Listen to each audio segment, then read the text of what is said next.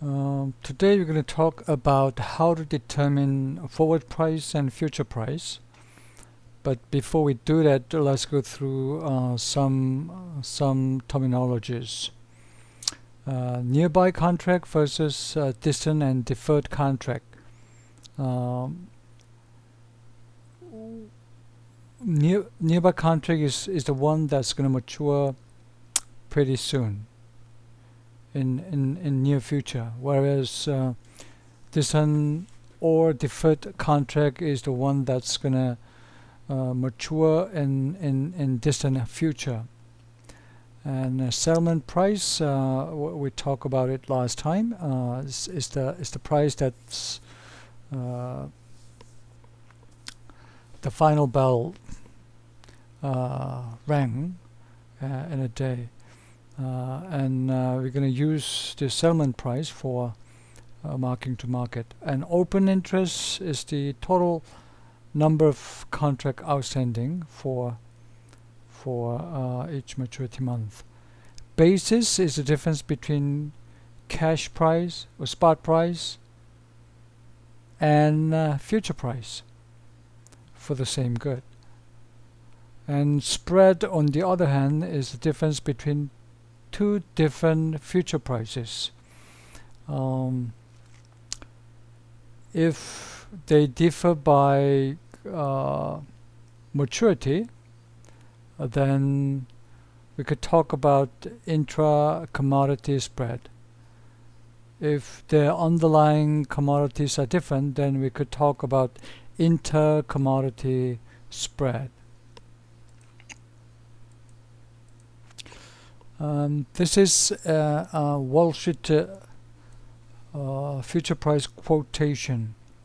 Here the underlying asset is corn, and this is maturity month, and this is the opening price, high price and low price in a day, and this is final settlement price.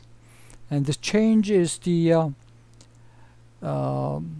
settlement price, today's settlement price, when it is compared to previous settlement price. Okay, and this is lifetime high price and low price, and this is open interest. And this graph shows how cash and futures prices move. It tend to converge as they go to expiration date, and on expiration date they just coincide. And this is the basis movement, and this is the spread movement. Note that their movements are very stable. Okay. Otherwise, there'll be an arbitrage opportunity that we're going to talk about a bit later. That's why the movement of basis and spreads are very stable. Okay, we could, in determining forward and future price, depending on whether underlying assets are consumption assets or investment asset, we could say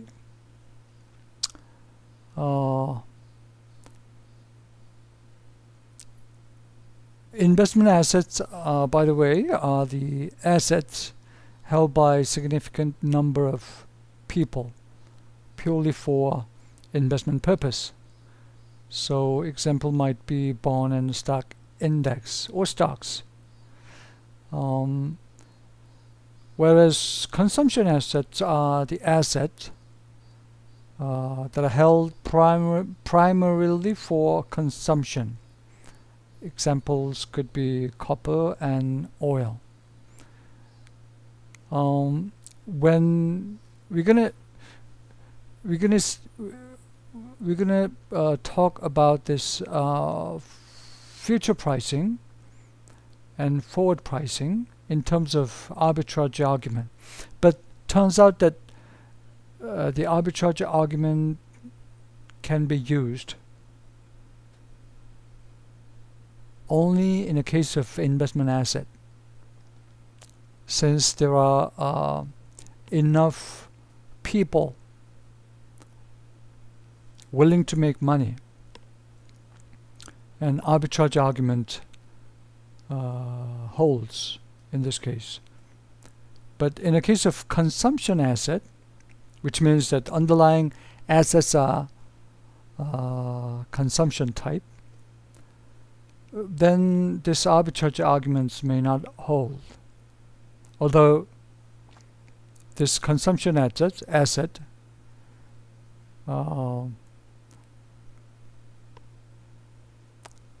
in a case of consumption asset, we could provide an upper bound instead of exact pricing.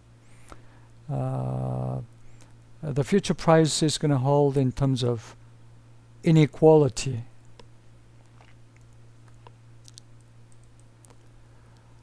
To explain arbitrage argument, we're going to apply the concept of short selling. So I wanted to understand the concept of short selling.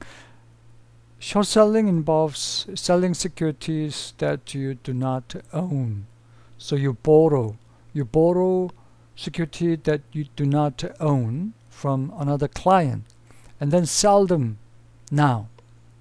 But then at future point in time, you're going to have to buy those securities back and pay. Okay?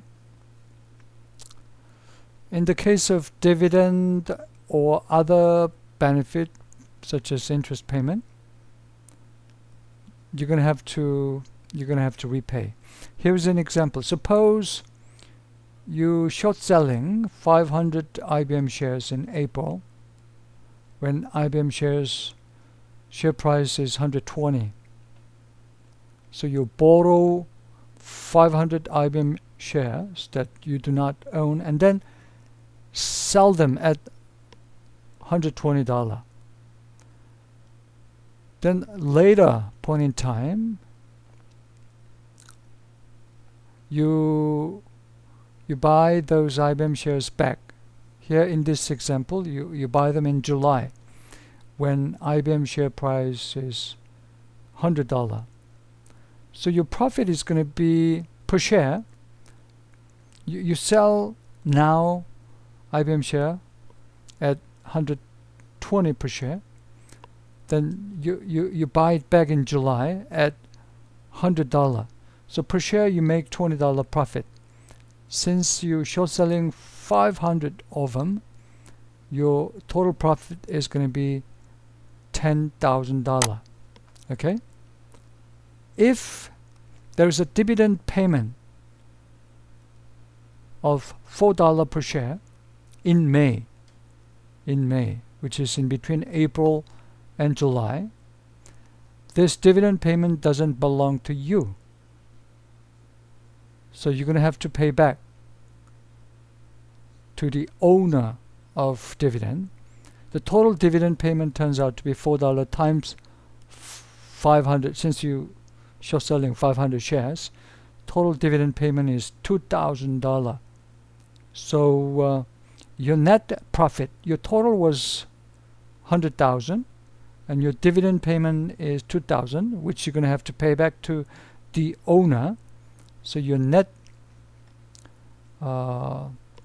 profit has to be $8,000. Okay? Now, we're going to use some notation. Suppose S0 is a spot or cash price today, whereas F0 is a future or forward price today. And T is time to maturity. And R is risk-free interest rate. Okay, we're going to stop here and then proceed.